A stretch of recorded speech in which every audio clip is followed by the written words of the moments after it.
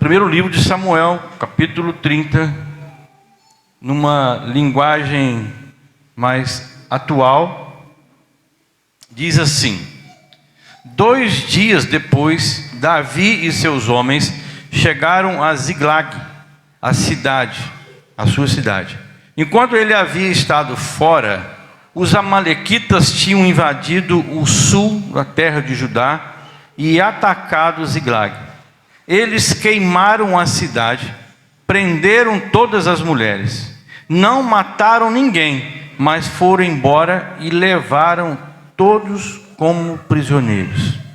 Quando Davi e os seus homens chegaram, viram que a cidade tinha sido queimada e que as suas mulheres e seus filhos e suas filhas haviam sido levados embora. Então Davi e os seus homens começaram a chorar e choraram até ficarem sem forças. As 2 mulheres de Davi, Aionã e Jezreel, e Abigail, viúva de Nabal, na cidade de Carmelo, também haviam sido levadas.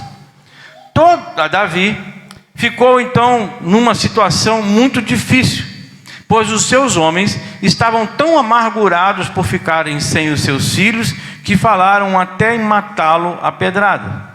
Mas o Senhor, seu Deus, lhe deu coragem, e ele disse ao sacerdote Abiatar, filho de Aimeleque: traga aqui o manto sacerdotal, para que possamos consultar a Deus. E Abiatar trouxe. Então Davi perguntou a Deus, o Senhor: devo ir atrás desses invasores? Conseguirei pegá-los? Deus respondeu: vá atrás deles, você os pegará e libertará os prisioneiros. Então Davi e os seus 600 homens saíram, e quando chegaram ao ribeirão de Besor, alguns deles ficaram ali.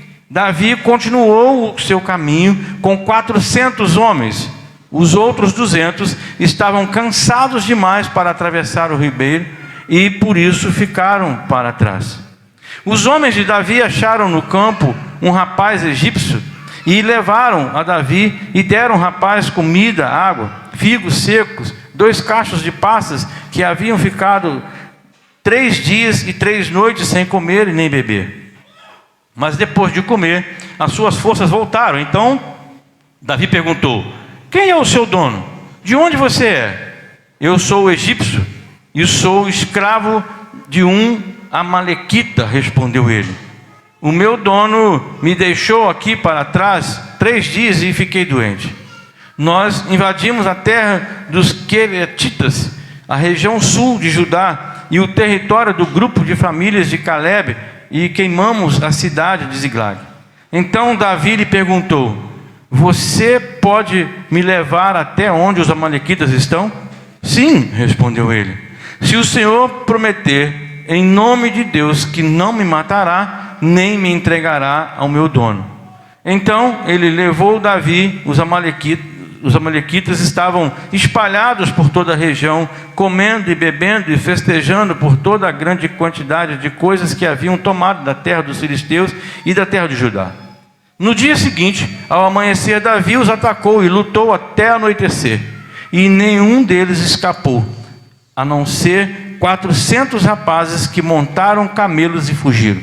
Davi salvou todos os que tinham sido levados como prisioneiros, incluindo as suas 2 mulheres, e trouxe de volta tudo o que os amalequitas haviam tomado. Não ficou faltando nada.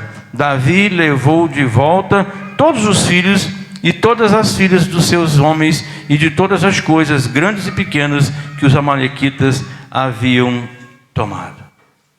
Pai, em nome de Jesus, nós pedimos nesse momento agora, que o Senhor nos ajude, levando cativo a nossa obediência, o nosso entendimento, a presença do Senhor, para que tudo aquilo que for ministrado, ensinado aqui nesse altar, possa encontrar o caminho do nosso ouvido, chegar até o nosso coração e gerar em nós a motivação e o objetivo real do que a Tua palavra está sendo enviada nesta noite. Nós não queremos sair daqui da mesma forma que entramos. Então que o Senhor, através do Espírito Santo, possa fazer com que possamos entender tudo aquilo que o Senhor tem para nós através dessa mensagem nessa noite. E toda a honra, toda a glória seja dada ao Senhor, o nosso Deus. Em nome de Jesus, nós oramos agradecidos. Amém. E graças a Deus. Amém? Que história! Que história nós estamos ouvindo aqui hoje e seremos ministrados. O tema da mensagem de hoje, sendo o guerreiro que minha família precisa. O tema da mensagem é esse, sendo o guerreiro que a minha família precisa. Eu estou muito feliz e muito em paz por poder ministrar essa palavra mais uma vez. Então, assim, como o assunto é família, nós estamos trabalhando família, e esse texto é um texto muito rico, com todas as áreas, não só na questão familiar, mas vocês sabem que eu tenho um prazer muito grande de ministrar, de instruir sobre a questão de família. Então esse texto vai nos levar a uma instrução poderosa, de um aprendizado que nós podemos ter nessa noite através dessa mensagem. Um deles é que em tempos difíceis, revela quem realmente nós somos. As crises, em todos os sentidos, revelam um sentimento que está dentro de nós. Não é verdade? A gente às vezes se surpreende com a atitude de algumas pessoas quando elas estão passando por lutas, quando elas estão passando por algum processo de dificuldade. Ou talvez até a gente se surpreenda com a gente mesmo, ao responder, ao reagir de uma forma que não é a nossa, quando você de fato está passando por uma pressão ou por uma situação bastante delicada. E aí a gente fica pensando sobre isso. As nossas reações, elas são inspiradas quando surpreendidos por dificuldades nós somos. Por isso, nós precisamos refletir quem nós somos nos momentos difíceis da nossa vida. Precisamos parar e olhar para dentro de nós quem nós realmente somos nos momentos difíceis, para que assim a gente possa reagir de uma maneira sábia em tempo de crise. Nós já estamos aí praticamente quase que 2 anos vivendo uma crise. E essa crise que nós estamos vivendo está mostrando para a sociedade, mostrando para muitas pessoas quem elas são realmente. E aí eu chamo a atenção para esse cuidado que nós devemos ter, para que a gente possa agir de maneira sábia em tempo de crise.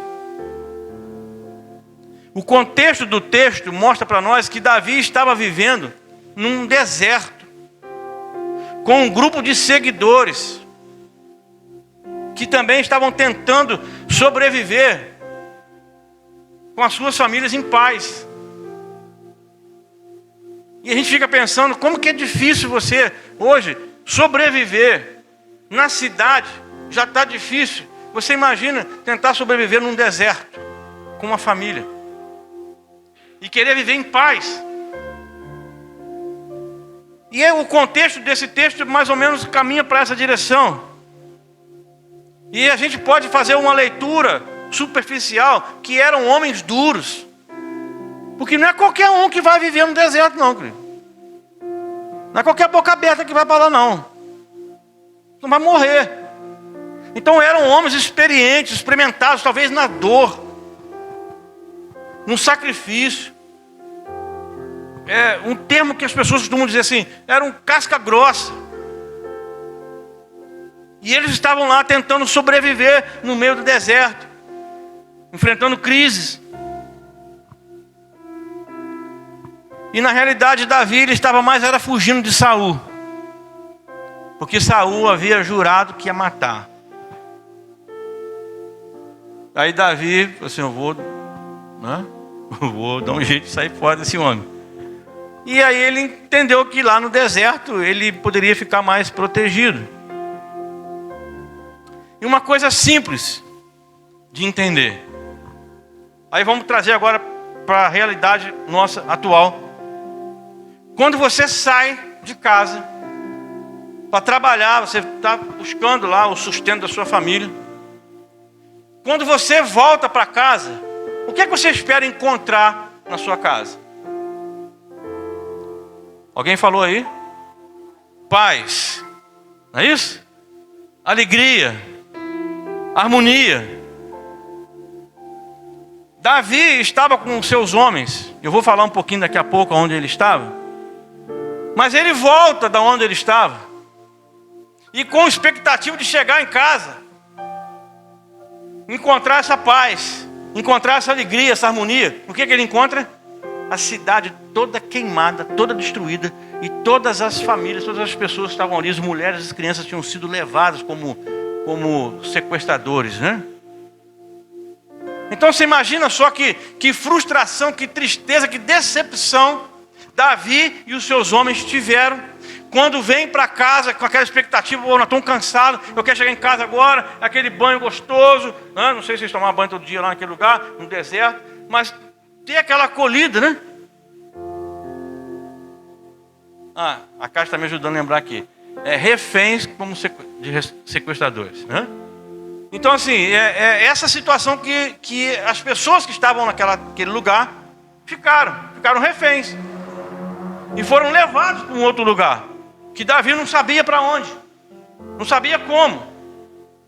Mas nós temos um propósito. A nossa casa não pode ser um lugar hostil. A nossa casa não pode ser um ambiente de guerra. Tem que ser um lugar onde você tenha prazer de voltar. Porque nós sabemos que tem pessoas que saem para trabalhar e que ficam depois do serviço perambulando pela rua, por algum lugar, até da hora que chegar em casa só o tempo de tomar banho e dormir, porque não sente prazer de voltar para aquela casa, porque aquela casa é um ambiente hostil. Mas existem pessoas dessa forma. Davi, quando chega em casa com seus homens, na expectativa de ter esse tempo de paz, ele encontra uma surpresa desagradável. E aí você, pai, chefe de família, alguém que está controlando uma casa, você imagina o que passou na cabeça desses homens. Quando chega lá e não encontra nada, encontra a cidade toda destruída. O que passou pela cabeça deles? Hoje, pelo tamanho da proporção que nós temos visto aí, da maldade, do amor de muitos se esfriando, nós temos visto cada notícia, cada situação que é impressionante. Quando você escuta, que você pensa assim: eu não acredito que fizeram isso com uma outra pessoa. Então você imagina naquela época, o que passou pela cabeça daqueles homens. Será que as mulheres estão bem? Será que foram estupradas? Será que estão vivas? As crianças, será que estão sendo abusadas? Você imagina que conflito de ideias na cabeça deles. Porque é isso que um chefe de família pensa com relação à sua família. É proteger a casa. Se chega em casa e não está lá, você fica desesperado. O que aconteceu? Então eu fiquei imaginando o que passou na mente desses homens, o que foi gerado no coração desses homens. Porque quando você sabe de um sequestro, alguém aqui já viveu uma experiência de ser sequestrado, alguém na família? Graças a Deus não. Mas você sabe que isso acontece praticamente quase que todos os dias, principalmente nas grandes cidades. Você acha que dá para acreditar num sequestrador? Se você me pagar aqui, eu vou liberar o seu filho, a sua filha. Se você me der o dinheiro, depositar o dinheiro, você acha que dá para acreditar no sequestrador? Não dá, amados. E aqui eu creio que eles estavam vivendo uma situação assim. E a primeira reação desses homens me chamou muito a atenção. Não sei se você prestou atenção aí. Qual foi a reação desses homens? A primeira reação desses homens quando eles viram a cidade queimada, as suas mulheres tinham sido levadas embora, as crianças também tinham ido junto. Qual foi a atitude desses homens durões, valentões? Qual foi a primeira atitude deles? Chorar. Você imagina só um homem, os homens durões, os homens de guerra, chorar. Essa atitude, querido, me chamou muita atenção. Por que esses homens choraram? Nós já falamos aqui. Eles choraram por suas famílias. Eles estavam chorando pelas famílias que tinham sido levadas como reféns. E eu fiquei muito impactado quando Deus gerou no meu coração essa visão, essa perspectiva nessa condição. Eles choraram. A Bíblia diz que eles choraram em alta voz. E eu fiquei pensando, versículo 4, né, que Davi e o povo se achava com eles, alcançaram, né, um choro com alta voz, e até que não houve neles mais forças para chorar. Olha que sentimento que esses homens estavam sentindo, estavam tendo naquela hora. E essa reação me levou a uma pergunta: será que estamos chorando em alta voz pela nossa casa? Será que nós estamos chorando numa proporção como essa pela nossa família? Eu fiquei pensando nisso, pedindo: Senhor, ministre no meu coração sobre isso. Será que nós estamos chorando pelos nossos familiares, ou nós estamos aceitando as coisas que estão acontecendo? Porque existe uma diferença de posicionamento aqui. Vocês estão entendendo, amados? Uma é você chorar, a outra é você aceitar. A escolha é a nossa. Porque nós devemos ter muito cuidado. Porque muitos estão deixando portas abertas para que os sequestradores entrem dentro da nossa casa. Aí a gente começa a ter a direção de Deus, como eu disse, que é para a família. A gente começa a pensar nessa dimensão familiar. Muitas pessoas estão aceitando as circunstâncias que estão vivendo. Circunstâncias em que a família está sendo exposta. Ao invés de chorar. Semana passada eu estava ministrando para os nossos alunos, eu estava falando com a Daniele. Eu falei com ela, não sei se foi na aula ou se foi uma conversa que a gente teve particular. Acho que foi no gabinete que a gente teve uma conversa particular. Falei com ela sobre o que eu faço toda madrugada. Toda madrugada. Eu levanto as minhas mãos em direção à casa onde os meus filhos moram. Vocês sabem que eles não moram conosco, né? Nós são grandes, Então eu levanto a minha mão em direção à casa deles. E falo com o Senhor sobre uma ministração que nós tivemos aqui, derramando o meu coração como água, em forma de oração diante do Senhor para a vida dos meus filhos. Foi isso, Daniel? Lembra? Eu puxei essa responsabilidade para mim. Eu sei que a Berenice e o Gabriel também fazem isso toda madrugada. Eu não sei se tem mais alguém aqui que tem esse costume de fazer isso pela madrugada. Mas isso tem me dado muita paz.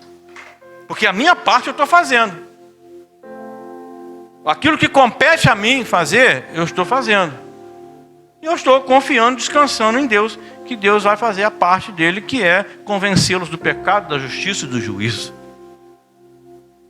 Então eu estou fazendo a minha parte. Eu não posso deixar portas abertas para que o sequestrador entre. Porque tem muitas coisas entrando, que estão sequestrando coisas preciosas da nossa vida. E eu espero em Deus que você hoje receba do Senhor uma revelação de coisas que estão acontecendo na sua casa, que é uma porta aberta para sequestrar o que você tem de melhor dentro da sua casa. Eu creio nisso.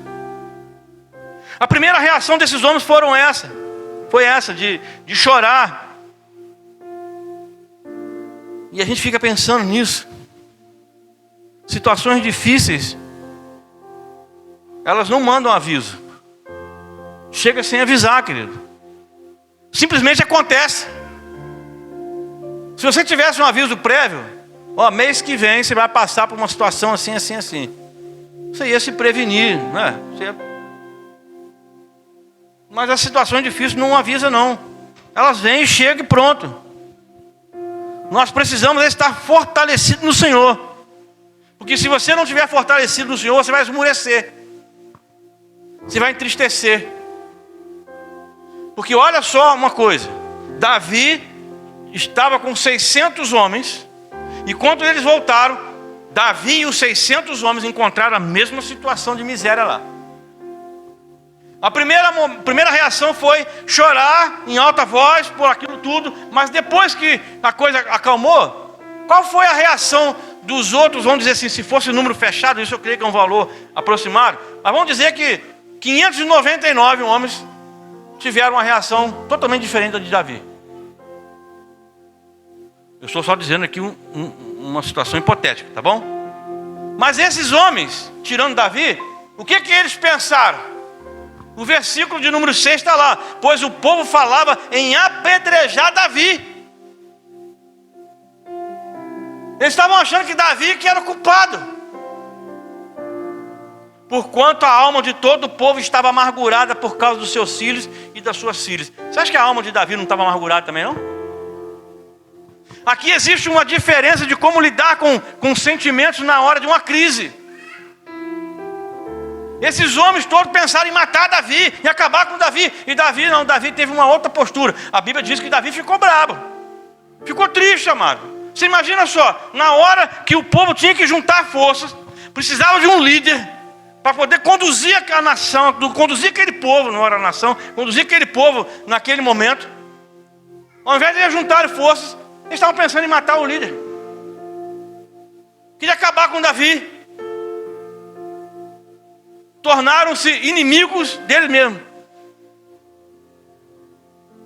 Olha que coisa impressionante.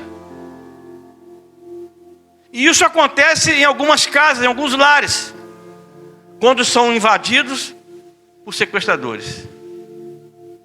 Os membros tendem a jogar a culpa um no outro. Não é verdade? Quando algo acontece, eu não sei se isso acontece na sua casa, na sua família, ou se você já viu acontecer isso em outra casa, em outra família. Mas quando alguma coisa dá errado, começa um tititi dentro da própria casa. Os membros começam a jogar culpa um no outro, como se pegassem pedras, e eles transformam aqueles que são íntimos em inimigos. Você conhece algum caso assim? Infelizmente acontece. Pessoas que são íntimas, que moram na mesma casa, desfrutam do mesmo ambiente, quando alguma coisa dá errado, se transformam em inimigos. Foi o que aconteceu aqui. Aquela turma toda estava sob o controle, o governo de Davi, mas quando alguma coisa deu errado, eles logo quiseram apedrejar e matar Davi. E Davi se sente só, porque é isso que o diabo quer, que você se sinta só, abandonado, ninguém te ama, ninguém te quer, e não vai dar nada certo. Que você se sinta sozinho nas lutas que você enfrenta no seu dia a dia. Principalmente você que está disposto a mudar e restaurar a sua família. Nós estamos trabalhando para termos a família dos sonhos. Amém? Então se prepara, querido. Se prepara que situações como essa podem acontecer na nossa caminhada, na nossa vida. Essa mensagem da família dos sonhos também está guardada no meu coração como algo de Deus. Eu peguei para mim e estou trabalhando nisso. E a gente vê isso acontecer a toda hora. E a gente aprende a olhar de uma perspectiva diferente. Porque quando você, da maneira que você olha para as pessoas, muda a forma como nós somos vistos por elas. Aquela história de comigo é assim, bateu, levou, eu nasci assim e vou morrer assim. Quando você olha com uma perspectiva diferente, as pessoas vão olhar para você também de uma maneira diferente. Nós precisamos entender aquilo que Deus quer. Davi teve que fazer uma escolha. Quando ele ficou sabendo que o povo todo lá fora estava revoltado e queria matar ele. Ele teve que fazer uma escolha. E às vezes nós estamos no mesmo limite dessa escolha. Davi teve que escolher. Ou abandonar a família, largar para lá, ou lutar por ela. Eu quero que você preste bastante atenção, porque essa palavra ela tem um propósito de instrução poderosa na sua vida, porque eu creio que tem pessoas que estão nesse limite, pensando em até desistir de lutar por a sua família. Porque pessoas estão falando, pessoas estão dizendo, pessoas estão insinuando coisas que estão deixando você numa situação desconfortável. Mas Davi, ele entendeu que ele tinha uma responsabilidade muito grande. E quando nós estamos nessa pressão psicológica, esse nível de relacionamento que Davi está vivendo aqui, ele entendeu que essa era uma situação, uma decisão de vida ou morte.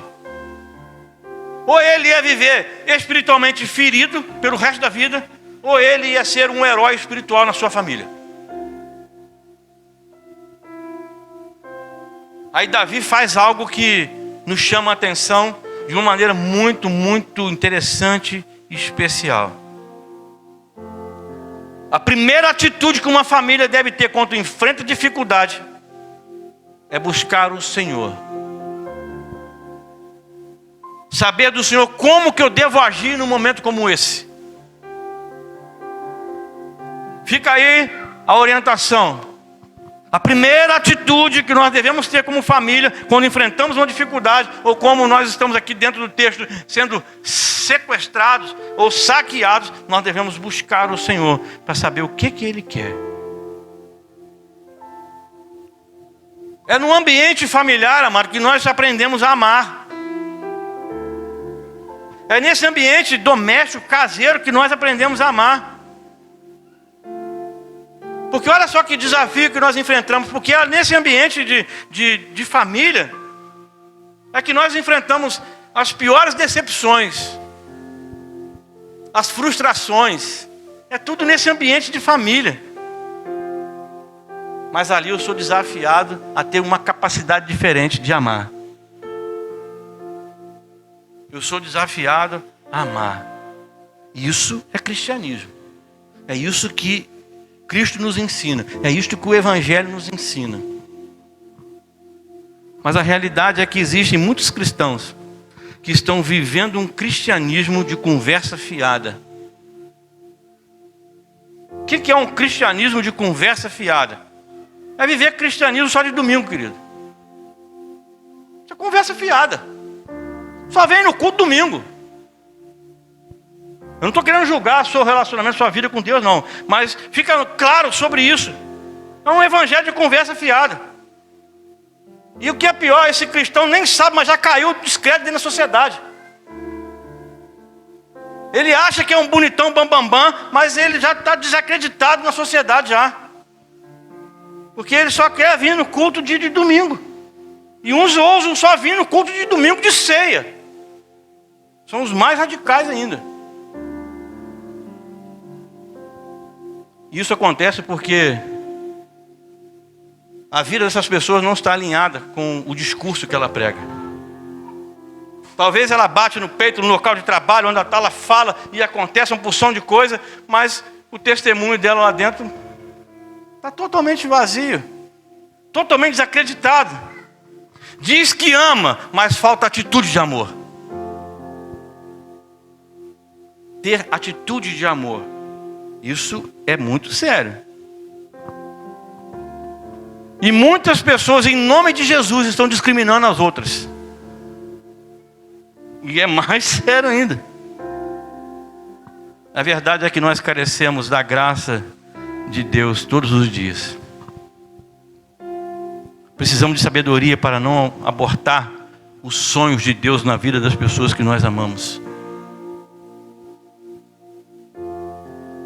Precisamos ser cooperadores de Deus na edificação do nosso lar. Precisamos ser cooperadores de Deus na edificação do nosso lar. E não aquele que aborta, aquele que mata, aquele que destrói. Porque presta atenção numa coisa comigo. Nós devemos estar atentos com isso. É dentro de casa que vivem as pessoas que têm o maior potencial de ferir a nossa vida. Não é verdade? Porque são as pessoas que nós mais amamos. E são essas pessoas que têm um potencial muito grande para nos ferir. Assim como também nós temos um potencial muito grande de ferir essas pessoas. mas é dentro de casa. E nós devemos ter o cuidado para não sermos perpetuadores das feridas provocadas nos nossos familiares. Que às vezes nós temos pessoas da família que estão feridas, e ao invés de você levar uma palavra que vai curar, você fica perpetuando a verdade. Você fica alimentando aquilo. E quando nós entendemos que o propósito bíblico para os relacionamentos, nós evitamos muitos conflitos. Eu creio que essa noite você está recebendo de Deus uma palavra que está te dando entendimento sobre o propósito bíblico nos relacionamentos a nível familiar. Com essa atitude, com essa direção, eu fecho essa parte dizendo que muitos se perdem espiritualmente dentro de casa, por não saber lidar com esse tipo de situação, que são as pessoas com um potencial maior de nos ferir, que estão dentro da nossa casa, e muitos não conseguem saber lidar com isso e se perdem espiritualmente dentro de casa. Aí o negócio azeda mesmo, o negócio desanda. Porque se você perdeu a espiritualidade dentro da sua casa, você deixou o saqueador, você deixou a porta aberta, e ele está lá, e talvez você nem esteja percebendo. Uma coisa interessante é que Davi percebe claramente que essa batalha, ele viu aquela história toda, mas ele tem uma direção de Deus, ele percebe essa batalha. Ela precisa ser levada para uma dimensão espiritual. Não é só o fato de eu sair daqui e pegar na mão com esses homens, não, eu tenho que colocar isso diante de Deus. Tanto é que o versículo 7 e 8, Davi manda trazer a estola sacerdotal, que era algo usado, né, para conversar com Deus e assim ter a resposta. E aí nós lemos aqui que a resposta veio: Davi, vai, luta que você vai vencer. Mas ele só teve essa resposta porque ele buscou. E tem muitas pessoas que não estão tendo paciência de buscar o Senhor e acha que vai ser na raça, e sai fazendo besteira atrás de besteira. A estola sacerdotal que Davi pediu para trazer representa as armas espirituais que são eficazes. Armas espirituais como a oração intensa, algo de sinceridade, algo objetivo. E a gente olha para dentro do contexto do texto que Davi está vivendo. As experiências anteriores de Davi trouxeram uma plena convicção para ele: a oração é a sua melhor arma. A oração é a arma mais poderosa que nós temos. Davi entendeu isso. E nós já vimos história, depois nós vamos ver mais história para frente de Davi, que Davi também já fez algumas besteiras com relação a isso. E quando ele percebe a besteira que ele faz, ele volta lá na origem: eu preciso orar. Foi o caso quando ele foi querer trazer a arca da aliança de novo para Jerusalém, e a gente sabe a besteira que deu. A arca caiu e morreu um, morreu o outro, só porque tocou na arca, porque ele não teve um propósito de oração antes, ele só achou a ideia bacana.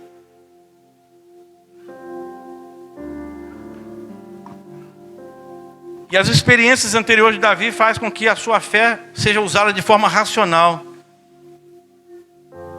Quando você usa a sua fé de forma racional, as suas emoções ficam sob controle.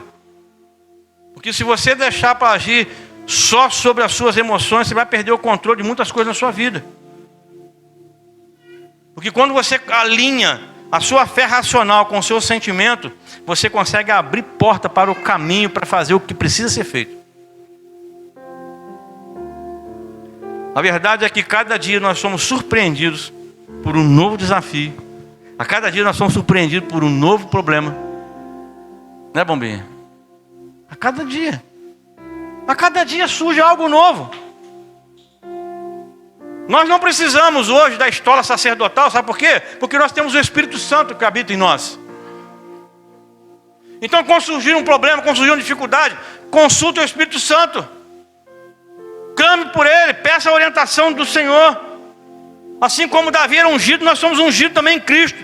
Nós somos os guerreiros que a nossa família precisa. Amém.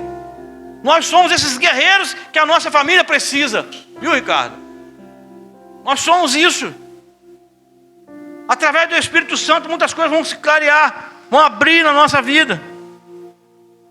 Nós sabemos que existem famílias que brigam e brigam muito. Sabemos disso. E eu digo para você uma coisa: há batalhas dentro de casa que não se ganha com argumento, querido. Tem batalha dentro de casa que você não vai vencer no grito. Você vai vencer na oração, querido. É no silêncio.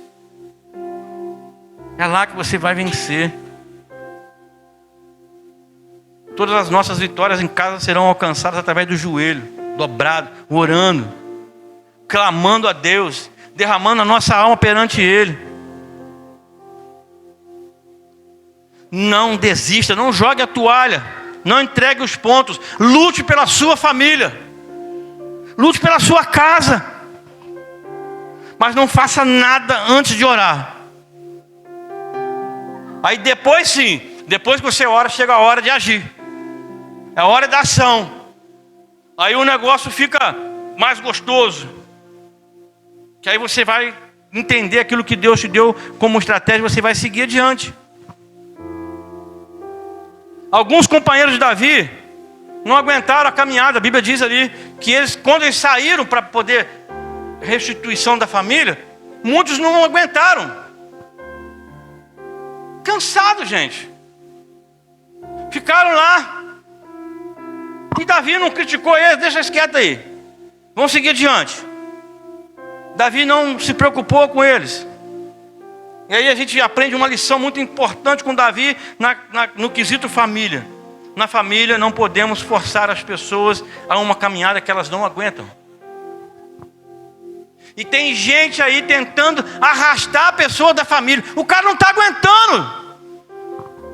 Você tem que ir no culto, e você tem que ir, e você tem que ir. O cara não vai deixar ele. Davi não se irritou com aqueles homens que falam assim: Davi, olha, nós não estamos aguentando não. E olha que eram 200. Ele tinha 600. Um terço do exército de Davi ficou no meio do caminho, cansado. Mas Davi, ele nos ensina aqui: tem alguém da sua família que está cansado na caminhada? Deixa ele. Nós temos falado aqui, está cansado? A única solução para quem está cansado é descansar. Não deixa. Deixa. Porque cada pessoa tem um ritmo. Cada pessoa tem um jeito de agir diferente. E quando você respeita isso, a sua família fica em paz. Se você tem ânimo, se esforce o máximo que você puder para o bem da sua família. Se estiver cansado, né, Jalira? Descansa. E eu quero encorajar você a não desistir da sua família, a não desistir do seu casamento, a não desistir dos sonhos, dos planos de Deus para a sua vida, dos seus filhos. Não deixe a mão do inimigo entrar na sua casa. Lute por aqueles que Deus lhe deu. Você que é homem, chefe de família, existe uma responsabilidade, e nós temos a obrigação de lutar por essas pessoas que Deus nos deu. Em nome de Jesus, querido, não abra mão da sua família. Não abra mão da sua família. Eu fiquei imaginando aqui, a Bíblia diz aqui que eles lutaram o dia inteiro. Eu fiquei imaginando como que esses homens tiveram que lutar por suas famílias. Eu fiquei pensando nessa forma, Eduardo. Como que esses homens tiveram que lutar o dia inteiro por suas famílias. Que nível de desgaste físico, emocional que esses homens tiveram. Nós precisamos identificar quais são os inimigos da nossa casa. E muitos vão ficar surpresos ao identificar que muitos desses inimigos agem dentro da nossa casa e com o nosso consentimento. Tem muitos inimigos que estão agindo dentro da nossa casa. E o que é pior, nós é que estamos dando legalidade para eles. E eu fico pensando sobre isso. Depois de batalhar o tempo que for necessário, você vai ver a recompensa. Precisamos lutar o quanto nós pudermos para sermos restituídos daquilo que perdemos. E uma coisa nós precisamos saber: a luta pela nossa família vai exigir o máximo de nós. Não há espaço, Valdeir, para descuido. Nós não temos o prazer, né, de descansar ou de descuidar quando você está no meio dessa peleja. No momento que você começou, busque em Deus a força para você chegar até o final, porque você está lutando por uma causa que vale a pena.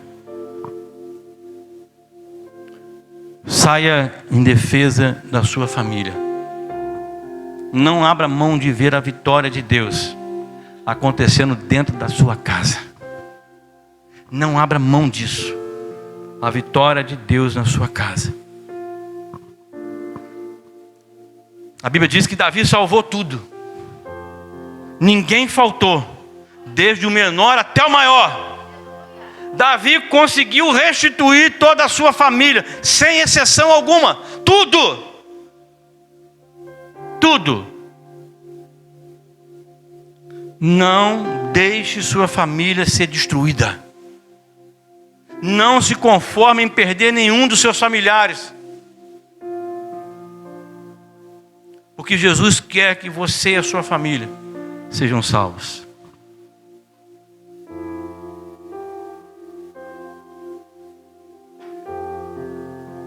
Deus não faz nada pela metade, querido.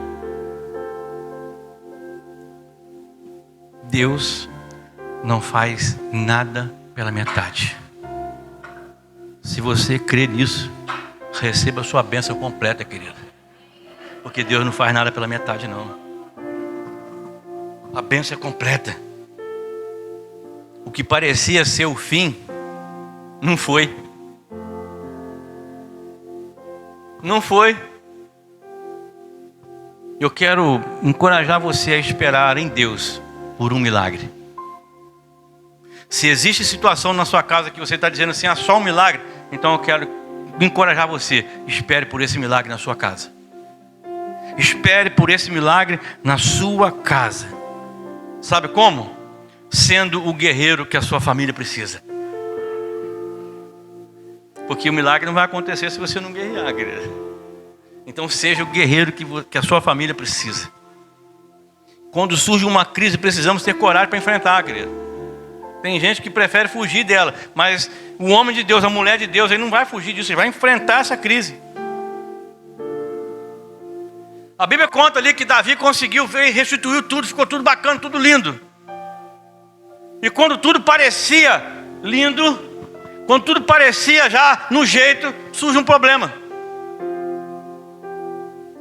Você conseguiu identificar qual é o problema que surge aí na leitura que nós fizemos aqui?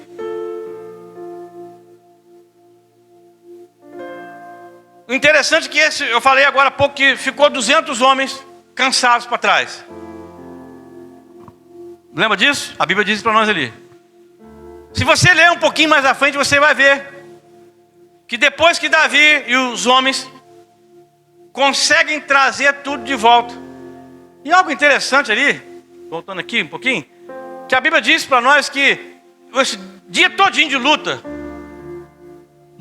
Davi e o seu exército mataram todos aqueles homens que estavam lá. Só não matou quantos? Oi? Não, 400. 400 rapazes, jovens, resolveram fugir. E o interessante é que de 600 homens que Davi saiu, 200 ficou e foi 400 para a guerra lá. Os 400, a Bíblia não diz que Davi não perdeu nenhum. Matou tudo. E o interessante é que 400 fugiram. O mesmo número que Davi foi e venceu, foi o número que eles ficaram, ao invés de tentar resistir, eles foram embora. Só uma curiosidade interessante, né? O mesmo número que Davi foi para a guerra, foi o número que depois de ter feito tudo, os caras foram embora. A Bíblia diz para nós que os 400 foram embora. Mas uma coisa me chama a atenção no versículo 22, querido, e versículo 23. Em todos os malvados, olha só, e perversos, de mau caráter, dentro dos homens de Davi, que tinham ido junto, disseram: visto que não foram conosco, nada lhes daremos dos despojos que recobramos, senão cada um a sua mulher e os seus filhos, para que levem e se retirem. Isso foi dito para os 200 homens que ficaram. Olha só que situação que Davi fica. Porque os 400 homens que foram com Davi, que venceram tudo, que pegaram os despojos, que ficaram, digamos assim, potencializados com aquilo que eles conquistaram lá, ele diz assim: ó, só vamos devolver para esses 200 cansados que ficaram no meio do caminho aí, só vamos devolver para eles as mulheres e os filhos. O que nós ganhamos lá de despojo, não vamos dar para eles não, que eles não merecem não. Presta atenção que situação que aconteceu dentro da família que Davi estava vivendo naquele deserto com aqueles homens. É algo triste, mas é verdade que na maioria das famílias ainda existem pessoas malvadas, perversas e sem caráter. Na realidade, eu acho que sem caráter acho que não existe, né? Mesmo que seja um caráter mau, a pessoa tem. Sem caráter, acho que não existe uma pessoa sem caráter. Ou é bom ou é ruim. Aqueles que não têm a visão ampla da vitória de um é a vitória de todos, pensa assim: a minha alegria tem que ser a sua alegria, Kelsey, e a sua alegria tem que ser a minha. Quando eu penso diferente, eu vou pensar igual esses homens assim: não, eu conquistei porque eu fiz por merecer, você está fora, você que se dane. Davi teve que enfrentar essa situação, porque quem não tem a visão ampla de que a vitória de um é a vitória de todos, que pensa que a vitória dele só é devido à recompensa, Deus deu a eles, a Bíblia deixa muito claro, mais do que eles haviam perdido. Eles trouxeram o que levaram deles e ainda trouxeram o que era dos outros, que isso era uma prática de guerra comum. Foi exatamente essa bênção que foi o motivo do desentendimento. Bichinho aí. Foi exatamente essa bênção que foi o motivo do desentendimento dessas pessoas. Aí a gente observa aqui uma coisa, querido. Tem gente que não sabe lidar com bênção. Você já percebeu isso? Tem gente que não sabe lidar com as bênçãos. Deus abençoou, ele, opa! Você não, viu, Gustavo? Você fora. Isso é só para nós aqui, como diz, só a diretoria. Tem gente que não sabe lidar com as bênçãos. E no calor daquele momento, Davi tinha que tomar uma decisão. Ou ele fazia a vontade de uns poucos homens maus, ou ele deveria ficar firme naquilo que é certo.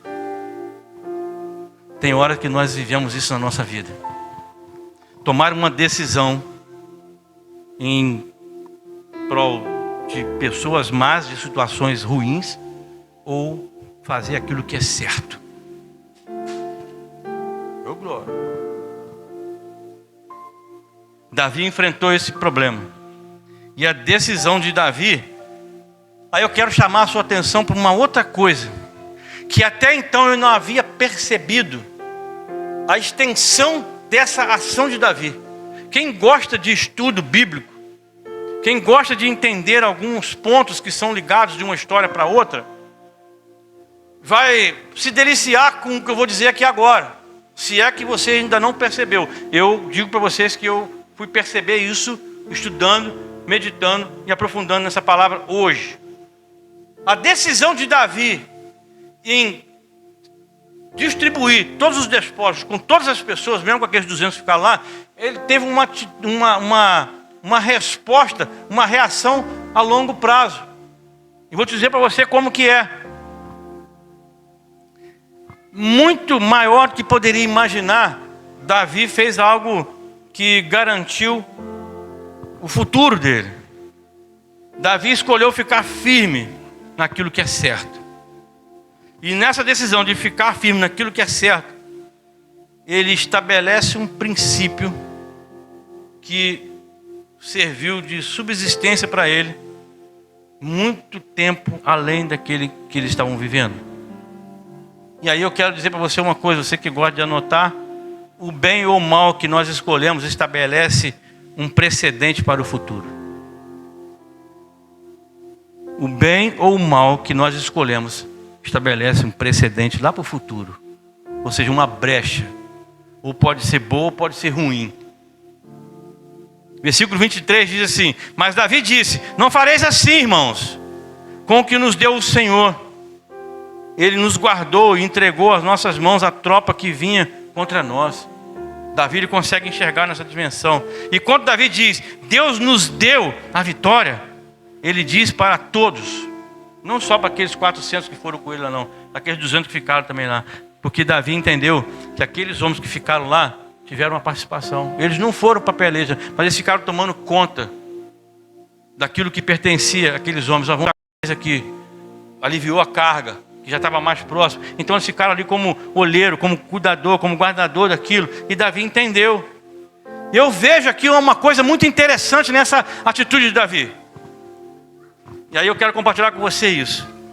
Quando Davi ele reconhece que precisa compartilhar com todas aquelas pessoas que foram o bem que eles ganharam, eu vejo isso uma visão de família. Nós somos uma família, queridos. O que nós ganhamos aqui é para todos. Deus nos deu. Nós somos uma família. Davi estava ensinando para esses homens um princípio de família. A batalha é uma ação coletiva. Cada membro desempenhando o seu papel diferente. Ele entendeu isso. E eu quero acrescentar uma informação que serve de ensino e motivação. Uma palavra do apóstolo Paulo no capítulo 8 de Romanos, versículo 28, que diz assim: todas as coisas realmente cooperam para o bem daqueles que amam a Deus, daqueles que são chamados segundo o seu propósito.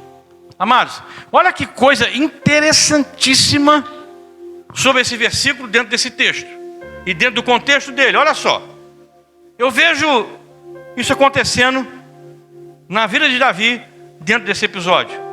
Davi estava pronto e disposto para acompanhar. Se você, é bom que você leia o capítulo 29 de 1 Samuel. Você vai entender algo sobrenatural e muito importante, muito edificante para nós. Davi, como eu disse, ele estava vivendo no deserto, escondido, fugindo de Saul que queria matá-lo. Lá nesse lugar, Davi ele consegue 600 homens com ele ali, que acharam Davi o cara bacana, aquela coisa toda, o cara de moral, e estava lá com ele, aquela coisa toda. Então ele formou um pequeno exército. E esse tal de Aquis era um filisteu que estava arrumando um exército, formando um exército para lutar contra quem? Para lutar contra os hebreus, para lutar contra os israelitas, para lutar contra o povo que era o povo de Davi. E Davi se apresenta para ele lá, assim: ó, nós estamos juntos, hein? Aí levanta alguém lá da turma do Aquis. Aquis, rapaz, presta atenção numa coisa. Davi é daquela turma lá, rapaz.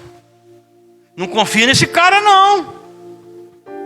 Vai chegar lá na hora lá e vai se revoltar contra nós, vai matar a gente. Aí aqui ficou pensando assim: rapaz, sabe que é verdade mesmo? Pelo sim, pelo não, não vamos correr o risco, né? Aqui vai lá e fala com o Davi assim: Davi, olha só, você é um cara bacana, seu exército legal, mas olha, não vai nessa guerra não. Fica em casa. A gente tem ouvido aí, né? Fica em casa, Davi. Fica em casa você com a sua família quietinho lá. Não vem para essa guerra não, porque vai dar ruim. Aí Davi é dispensado daquela batalha especificamente.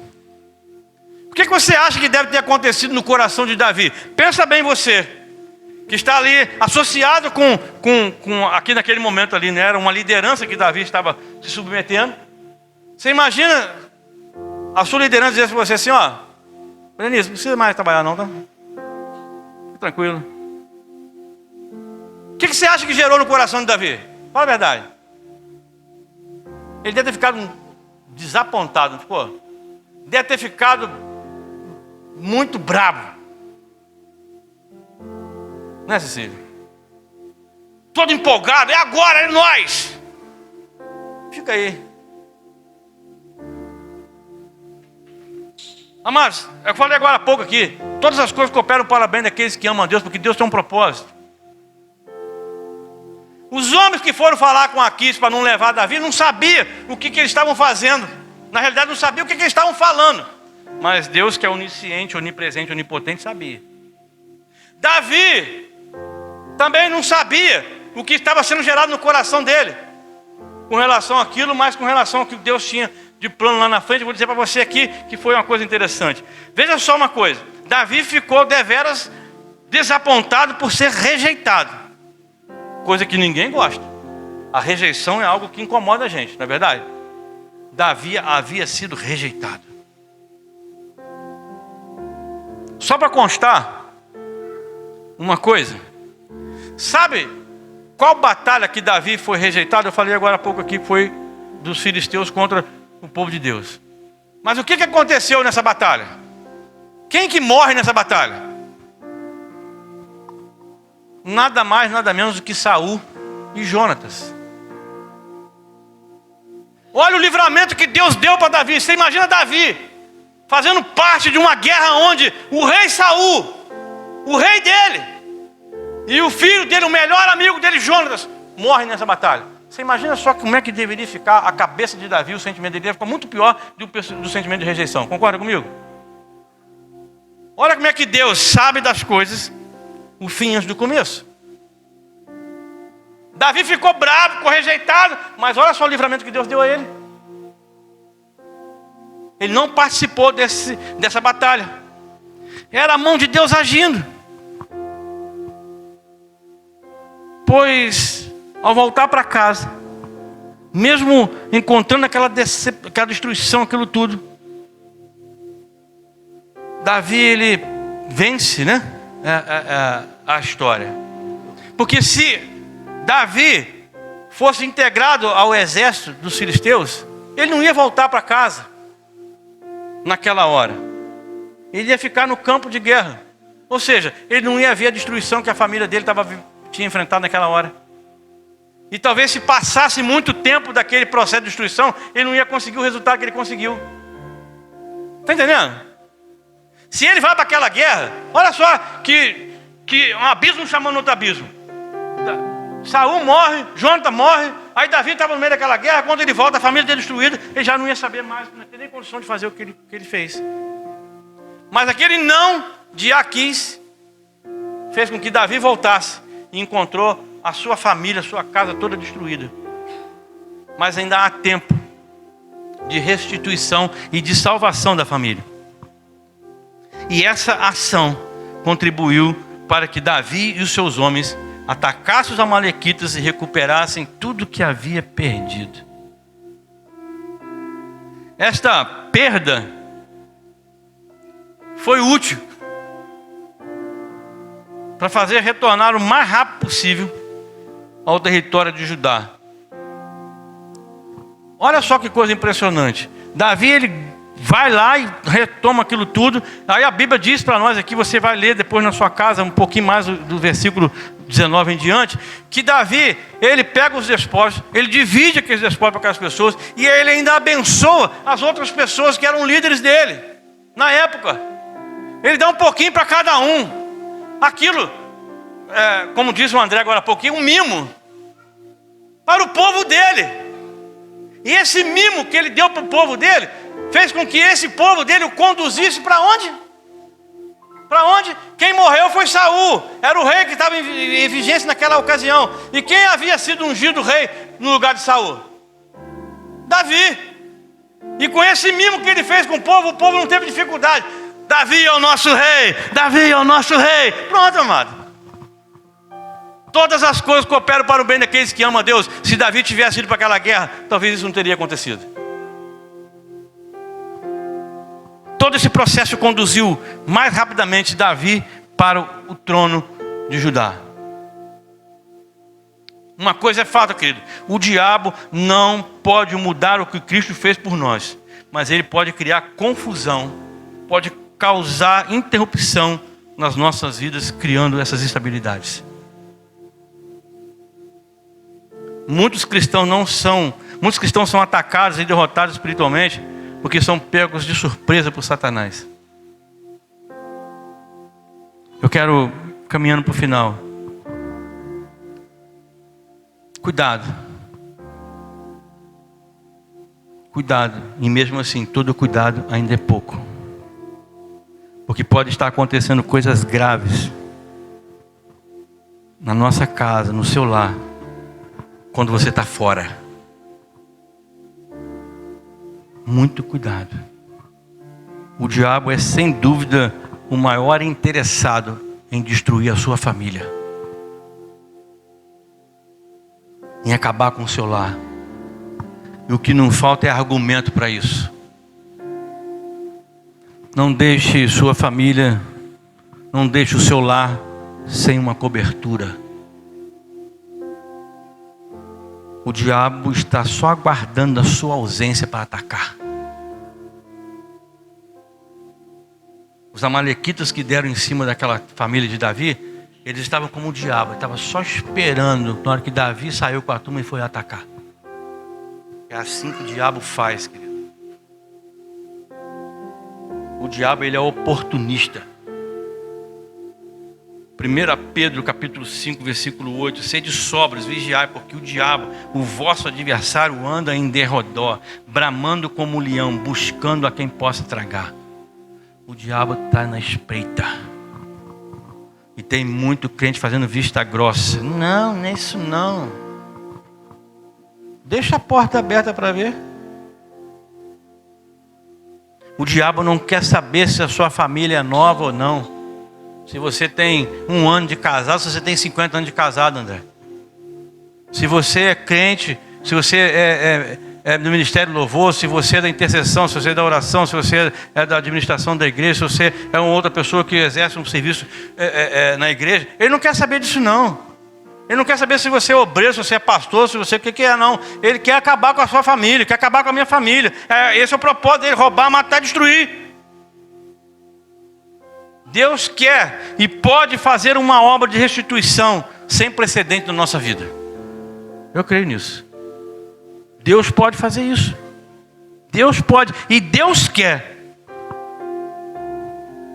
Porque sempre podemos contar com a graça de Deus, mesmo que a situação seja de aparente desgraça. A providência de Deus é a sua mão invisível nos acontecimentos da nossa vida.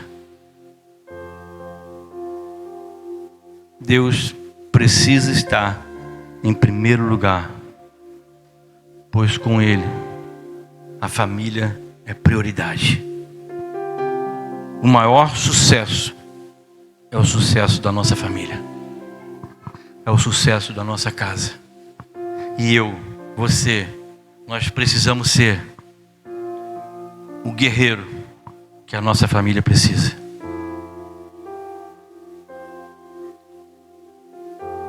Mostrar para a nossa família que o que Jesus fez na cruz não foi em vão.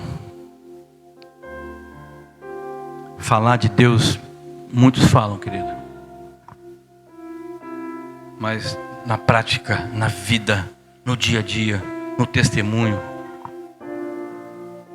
a coisa fica diferente.